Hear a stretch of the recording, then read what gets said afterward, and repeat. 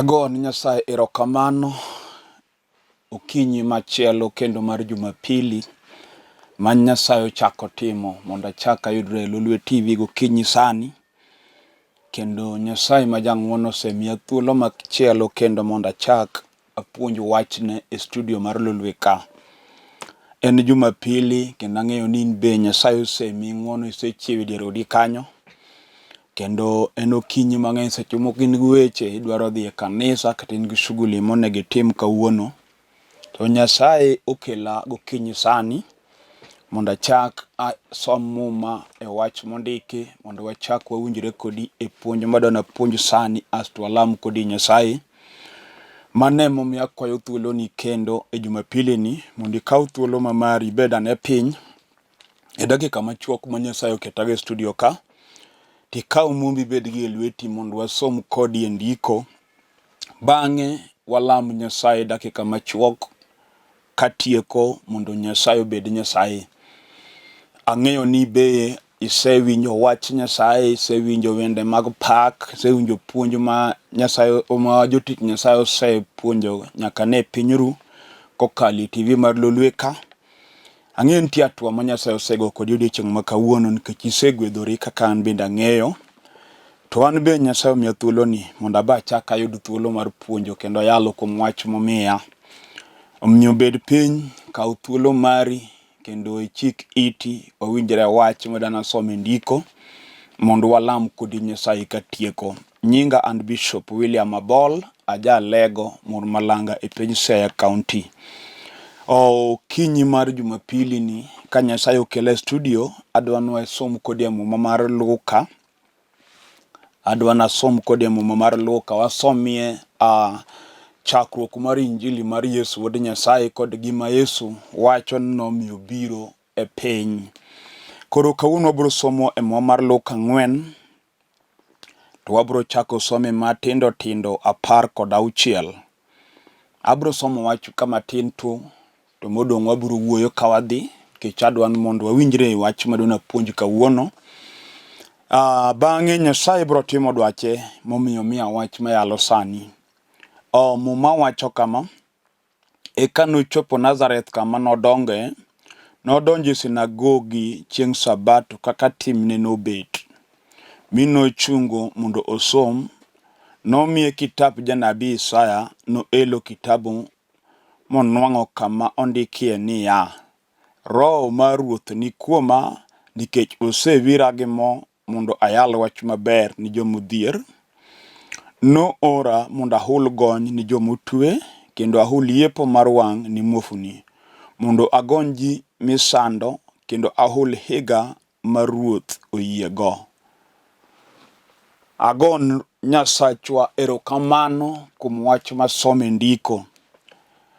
Mae sigana mawuoyo kuom Yesu wuod Nyasaye e chakruok mar yalo wach manomiyo biro e piny. Muma wacho ni chieng' ma noduogo Nazareth kama nodongoe to nodonjo e sinagogi kaka timne nobet. Tiende ni Yesu e kite kanodak e piny nosiko donjo e sinagogi kata hekalu mar Nyasaye kodhi winjo puonj mag jopuonj gi josudukai, kendo nobedo kanyo to bendo puonjo wach mung'eyo.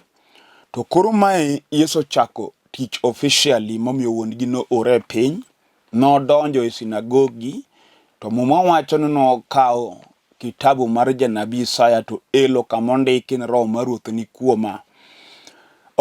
Ka Yesu ne wuoyo kuom ote mane obiro go no piny. Muma wacho no elo kama ondiki niya, Roho mar Ruoth ni kuoma nikech osewira gi mo mondo ayal wach maber ni jomodhier. Yesu wacho ni nobiro mondo ayal wach maber ni jomodhier. Roho mar Ruoth ni kuom Yesu kendo osewire kod mo mondo ayal wach maber ni jomodhier. Jomodhier ma Yesu wuoyo kuom ka gin jomage. Seche moko inyalo paro ni Yesu wuoyo kuom ng'ama onge mwandu mag piny. Mwandu mag piny ber kendo ng'ama no kodgi dak e maisha makare. Kendo mwandu mag piny en gima onge ng'ate piny ka mok dwar mondo obed kod mwandu. Kech onge jasik ngima moloyo dhier. Dhier jasigu mar ngima moloyo gimoro amora. Kech dhier nyalo tami chamo gimonego icham sama onego ichame. to dhier nyalo tami rwako law monego irwake sama onego irwake. Koro dhier rach. To Yesu wuoyo kae i dhier to en dhier tielo ariyo. Wan gi dhier mar chan, mar koso gima dicham kata madirwak kata madikonyi. To eka wan gi dhier mar chuny. To e ngimana ng'eny dhier mar chuny rach molo dhier mar mwandu. Kech wan gi jo mwandu man gi mwandu mang'eny. Onge gimoro e piny ka. Lakini en kod dhier mar chuny. Ng'ano onge kwe. Nindo ok tere gotieno. Inya yude kobet to wuoyo kende kata wuotho to wuoyo kende. Kata en mana gi ndege mo idho ringo gi ndege mare. Lakini e ndege kanyo onge kwe. Kech en kod dhier mar chuny. Dhier mar chuny ema chopo gi ji madho sum kata derruok. Nikech chunyen odhier. Onge kwe, onge moro, onge ber. Kata kiny sama bet e studio ka wuoyo kodi minwa kata wadwa jaduong' kata dayo. Nitie wach manyalo miyo chuny ng'ato dong' kod chandruok. Dhier mar chuny nyalo mako jaduong' koluwore kod gima oneno katimre dalane. Miyudo ka dhier ochami e chunyi makata yawuoti ni kod Mercedes Benz. Lakini dhier mar chuny chami miyudo kithogo kod stress. Nikech dhier mar chuny. Dhier mar chuny nyalo timore mipoka seche moko ng'at manyo pache ler wiye lokore. Miyudo ka ng'ato wiye wilore machak wuoyo kende ka neko make. Ok nikech en gi jachende neko. Lakini dhier mar chuny ema ogike kanyo. Koro Yesu wacho nowira kod mo kendo ora mondo ayal wach maber jomo dhier. Gimomiyo iyalo injili nikech dhier mar chuny onge gima nyalo tieko. Dhier mar mwandu mar piny to ng'ato nyalo tiyo matek mayudo mwandu mancho onge go mobedgo. Lakini dhier mar chuny to onge gima nyalo tieko. En gima tieke en warruok ma Yesu wuod Nyasaye nobiro mondo oyalne piny. Kech inya yudo ka ng'ato dhier mar chuny chamo. Kendo dhier mar chuny ema osemiyo nyaka daktache machiedho ji, joma ji ogeno kendo ji ong'eno ting'o ngima. Moko yudo kodere. Kech gima timi okalo medicine monyalo muonyo. Nitie gima nyalo timo ng'ato maonge osiptal minyalo tere machiedhe. Kata wuothi osiptande madongo ma iwuotho kode nyaka India gi Amerika ok onya yudo yath manyalo chiedho gima time. Kech nitie gima odak e chuny ng'ato. Masando ng'ato. Jachende mirima nyalo sando ng'ato. Mowinj ka gima mirima nodhi kode maka gimoro otwanye matin. To neno derruok kata nego ng'ato. Mano onge yadhe. Kata idhi osiptal mipim daktari ni mirima sanda. Yadh mirima pok oyudi. En otamo nyaka dakteche, otamo nyaka joma riek, otamo nyaka jomondo nyaka professors. En yadhe en Yesu kende. Ema nyalo golo mirima masando ng'ato. Mirima osemiyo mon mang'eny dak kod chuo tamo.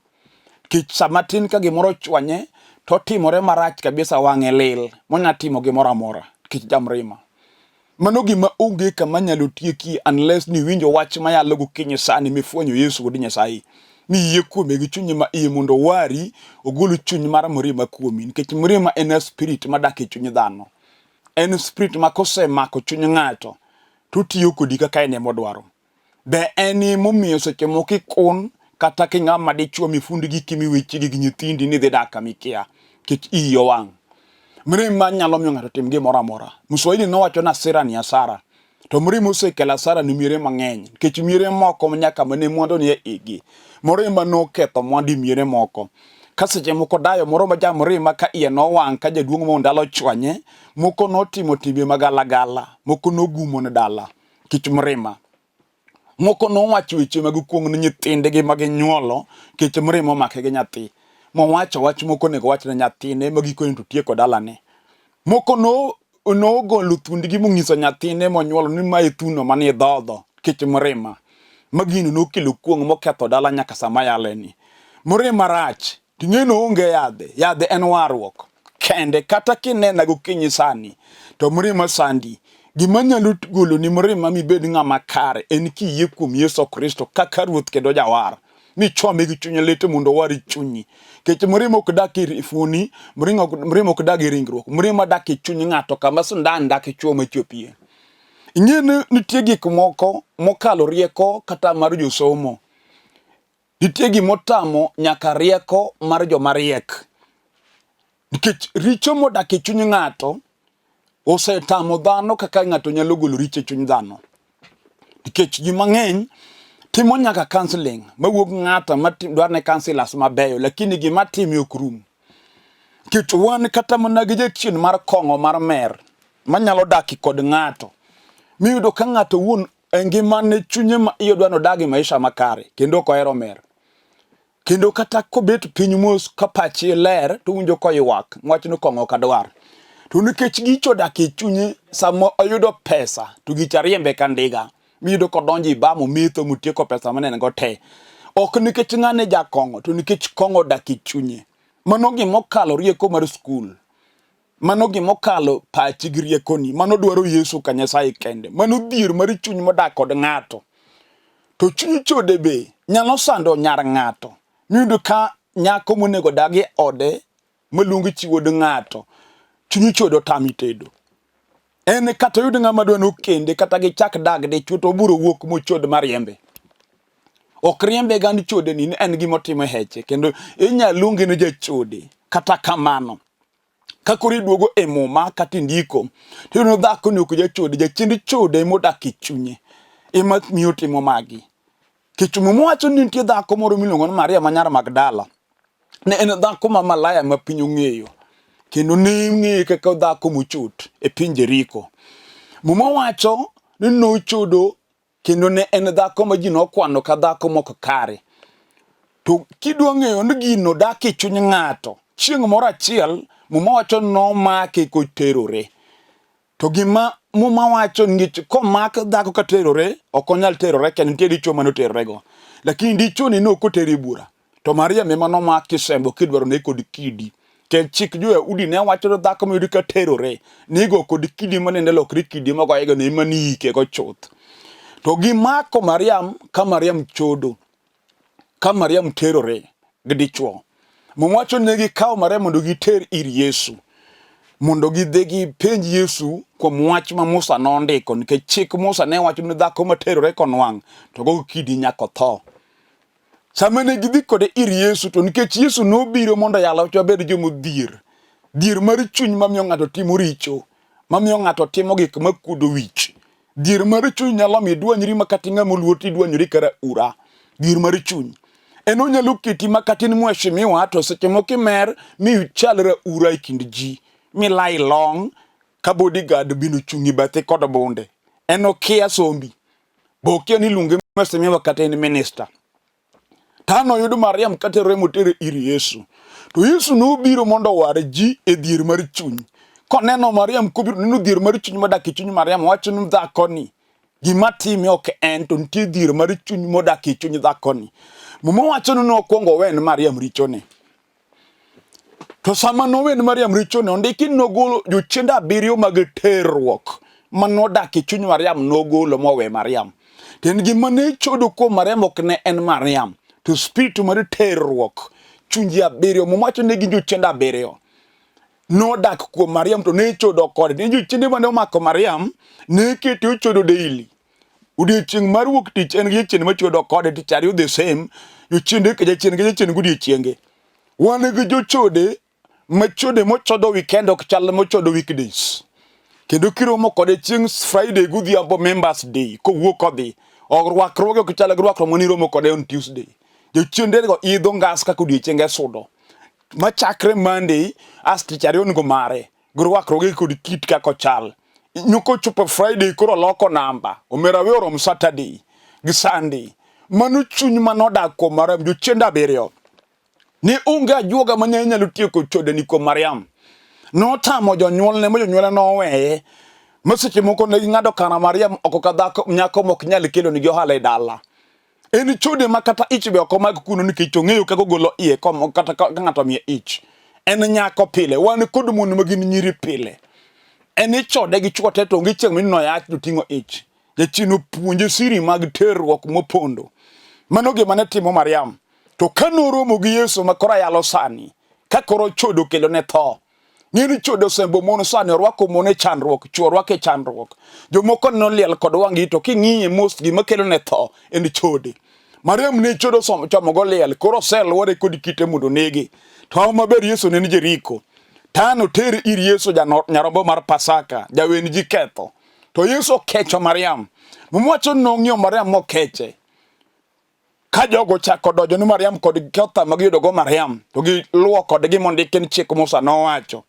To Yesu noloyo jogo kod bura gwata chielo ngiso gi niya kumuka kuchung kod kite udwago Mariam ng'at madupono poko timo tim machal kod ma Mariam otimo jalne mamiyo thuolo mondo kongo ba dhako ni kod kidi no yudo jomochung teg Mariam gin joricho machuny mar chode oloyo gitimora timo to jomoko nyaka jok mane kanyo mano kwanyo kite gin achiel kuom joma nose nyaka chodo Mariam. Koro Yesu ngiso ni kanitie ng'ato kuomuka mapoko timo tim machal gi madhako ne otimo mondo kongo kwany kido go dhako ni bura nologi temane giringo magwe Mariam. Yesu kon kulo wiye piny to ndiko log lith lwete no ndiko nying Mariam e kitap ngima. Yesu nobiro waro joma richo. Yesu nobiro waro joma piny oweyo. Yesu nobiro waro joma ji gombo mondo tho. Mane meno kelo Yesu. Ndiko nying Mariam e kitabu mar ngima kulo wiye piny kuting'o wang'e malo. Oyudo ko ganda onge machiegni mana openjo Mariam jok mane odonjo ni koro gin kanye. Mariam ngiso ni japuonj gi ringo gi onge.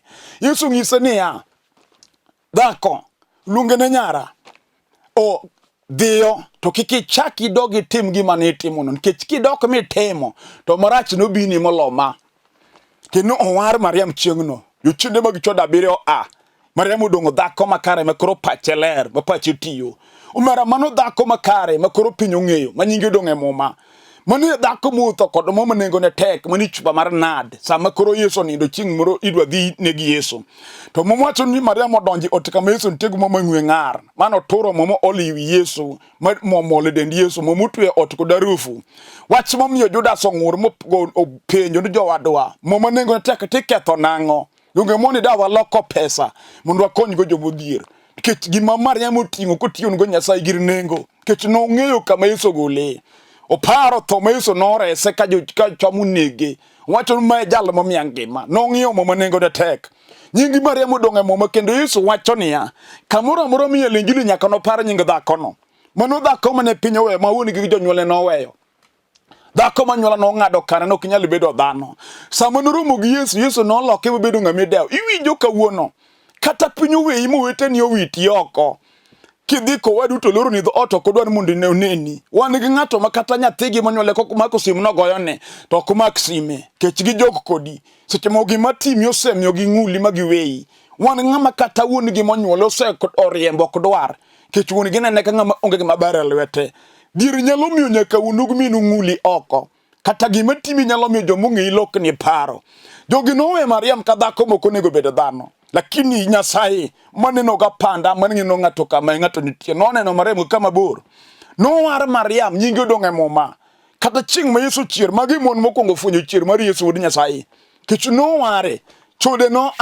umalaya nowe Mariam mobedo dhako makare ukinyi makawuono kata bende jachien osedwanyi maji neni taka useless ng'at ma onge geno kata in na dhako modak e ode do chudu seneno ka in ma dhako ma onge kod maendeleo mosewacho weche moko mebendo wacho kiwinjo seche moko seloko ni pache ong'isi ni nokin klase ma dago kode utimo ni tima chaya mokelo nyaka mon mochodo nyaka ot kama intie kendo onge gimo badhe we luor nikech nitie Nyasaye maneno ji kama bor Nyasaye manyalo kechi gokinyi sani obiro mondo wari e dhir mar chuny momaki momiyo sutino sama jenet ini ywak nyaka piny ru kuom lit mikale wan gi joma nyalo nene konyiero oko lakini kene odoko nyalo nyiero litni ode kanyo kuyo make umeru sipna gokinyi sani kata bedi chumo jachien sego box mwinjo ka piny obagi umera kiwuotho koni olorore ketem koni olorore chunyi neno derwo kwa nyisi ni Yesu nitie manyalo resi gimineno ka chamo chunyino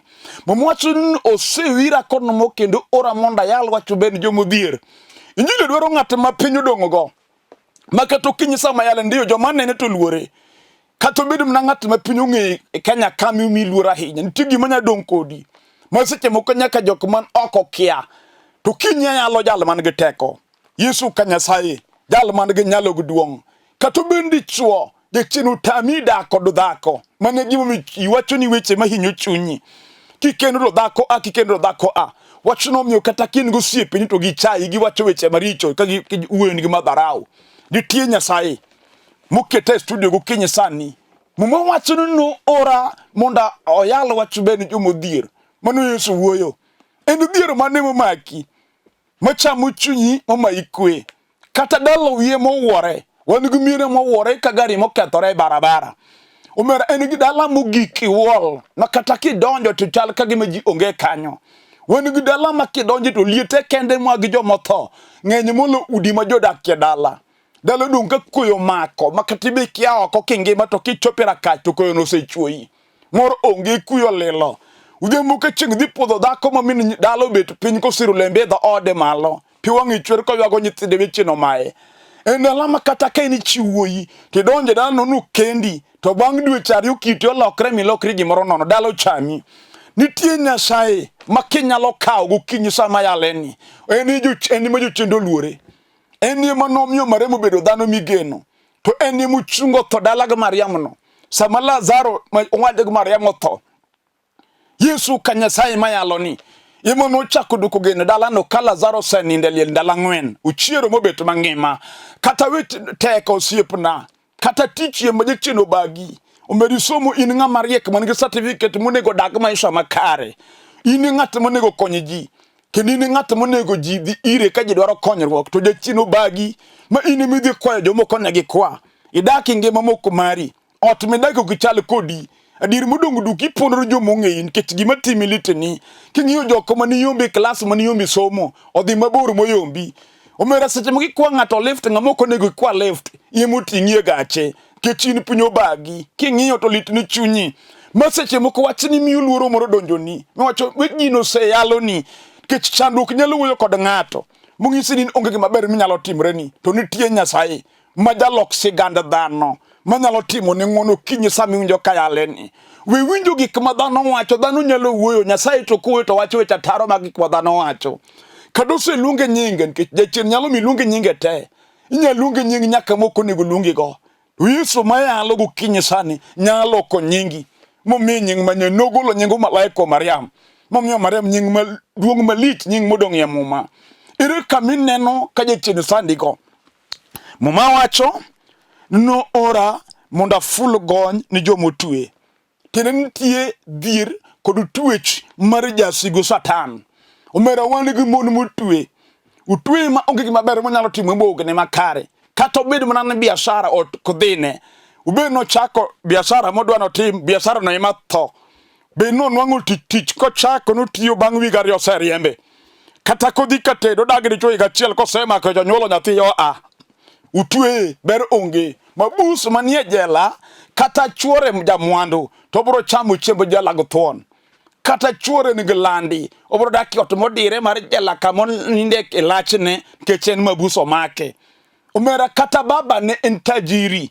Omera obro dak ot moro mok chal kod od dhano kech en mabus. Wan gi ji kata mon mutwe ma chuore ni go mwandu kabisa to dak ngima ochalo chokora. Kendo mesa modake od chuore kayo chalo med mondik kanyo. To pesa chuore monego bed no chamo, mon moko ema chamo oko. Omera kiyudo dhako ma chuori chodo ot ma dichuo no pango no dhako no en od nengo. Nyathi malaya ma chuori chodo somi skul ma nyathini dak chung kati dho gate. Mano pesa monego puonj nyithindi konyo mana joma chielo nikech into makin mabus. Mabus ok bi chamo chiemo monego chami sa monego chami nikech en mabus omake. En obro chamo chiemb jela makata ng'oma timore. Omera kata en gi Mercedes Benz manonyiewo jomoko bro ringo nego teno dak e jela. Ineno nitie mono ma en gari ma chuore ringo ok nyal donje. Chuore ting'e na jomoko nono en odong' nikech en mabuso make. To Yesu nyalo gonyi kawuono. Magik ma jatino tamino ke nyalo chope ibro chope kiyie nikech kogony ng'ato. Omera ng'amu twe chieng' mogonyi en thuolo. Obro dhi kama onego dhi obo timo gima onego tim nikech koro weye. To kapod omaki ibro blame ji ni ji ok dwari. To kara in otwiga in e jala. Yesu wacho no ora mondo aful gony ni jomotwe. Okinyi ma kawuono kata otwe jala mane. Yesu nigi teko. Japuonj nyalo gonyi. Onya timo ni ng'wono seche miwinjo kayaleni. Onya mako lweti mogolie jala kama jachien osoyieno. Kamininde kiywak kichamo pi wang'i. Kata obed jala mar midekre mar tuo ma in higa ka higa nyaka ninde ward. Okinyi sani Nyasachwa nitie mana gi teko. onyalo gonyi kata bed jala mar golam matindi wuotho mi ol imanyo tich ok nyal nwang'o. Yesu nyalo timo ni maber. Kata nyar ng'ato ma jaber to jachiro dagi no kinyal dhi katedo. Jok miyudo gin joma tugo kod pachi to weyi. Wacho in gi nyithindo ma wegegi opogore idak go e ot achiel kiting'o ting' mag nyithindo ma wegegi to ngima. Okinyi sani Nyasaye nitie. Wacho na dwa lamo kod Nyasaye ka kore tieko. Iwoni ng'eyo gima timi. Mano gima ok par ni bende ok ler ni malong'o. Gima timi ng'eyo. To gima timi no ng'ama nyalo tieke en Nyasaye moketa kasani. Omiyo adwani nwang'i yie mondo walama ni kod Nyasaye kuom gima nade mineno ka tek ni ngimani.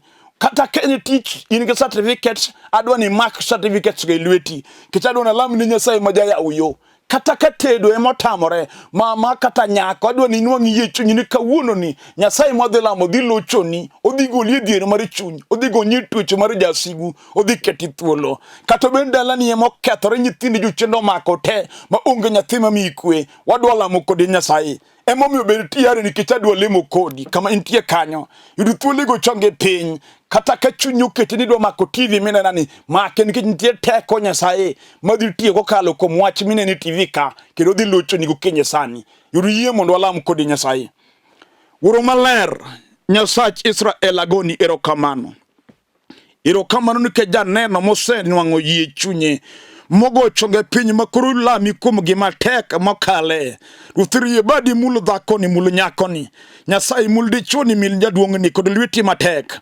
Aoro lochni mar chang kod gony e ngima dhako ka dhako, dichuo ka dichuo, nyako ka nyako, wuoyi ka wuoyi, jaduong' ka jaduong' Nyasaye nyaka dayo ni. Ing'eyo dwaro kod kwayo mar chuny oganda makoro kulo wigi piny mayuak e nyimi sani. Aoro lochni maduong'. Ruthini ondikie mumbi ni biro mondo yalo wach ber jomodhier. Gol dhiri chuny dhako ni dichuo ni nyako ni kod wuoyi ni. Ruthi gonyi dhako motwene dichuo motwene japuonj timo hono aseyie chunya ma iye. Iselocho oganda ni te kendo jal matuo ni isechango. Duong' dogni kuom timo madongo. Ayie ni iselocho kaka Nyasaye. E nying Yesu Kristo Ruoth. Amen. Bed kod yie gokinyi Nyasaye ma jadiera ose amalo mondo kedni kendo lochni kendo idhi bedo gi neno kuom Nyasaye e wach milame gokinyi ma kawuono. Gima duong' dwarie kanisa miyale injili mar warruok mondo idonje kanisa miyale injili mar Yesu Kristo. Ibro neno gik ma warruok time ngimani kendo ibro bedo janeno. Atieko kafulo nyinga kendo an Bishop William Abol, aja lego mor malanga e piny Isaya County.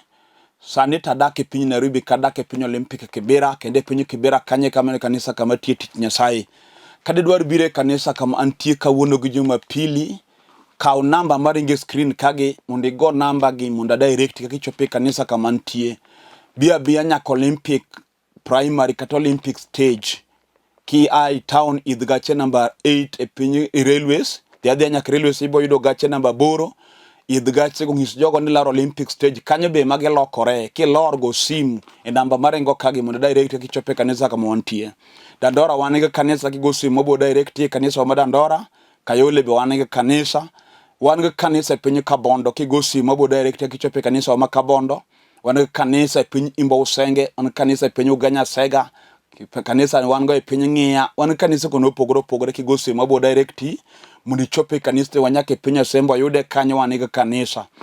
O namba mar simu mara en 0721280025, 0721280025, Airtel number 0782495083. Namba go tennis screen ka inyalo kao mondo igoch e sama wanyalo wuoye. Jomoko gocho Jumapili kama seche moko kani kanisa, seche moko inyalo gocho ka sedonje kanisa koro simu ok nyalo mako e ng'ato machielo ema nyalo mako. Koro ka in go wach tinya gocho na kata Monday to wawuoye e weche mantie to walamo kod Nyasaye. Nyasaye mondo gwedhu nyaka Jumapili manyien. Inya yudo puonj maga be YouTube account mara ki subscribe Bishop William Abol. Nitie puonj mag wach Nyasaye account mara kanyo. Bishop William Abol YouTube account mara. Nyaka Jumapili manyien. Nyasaye mondo gwedhu. Shalom.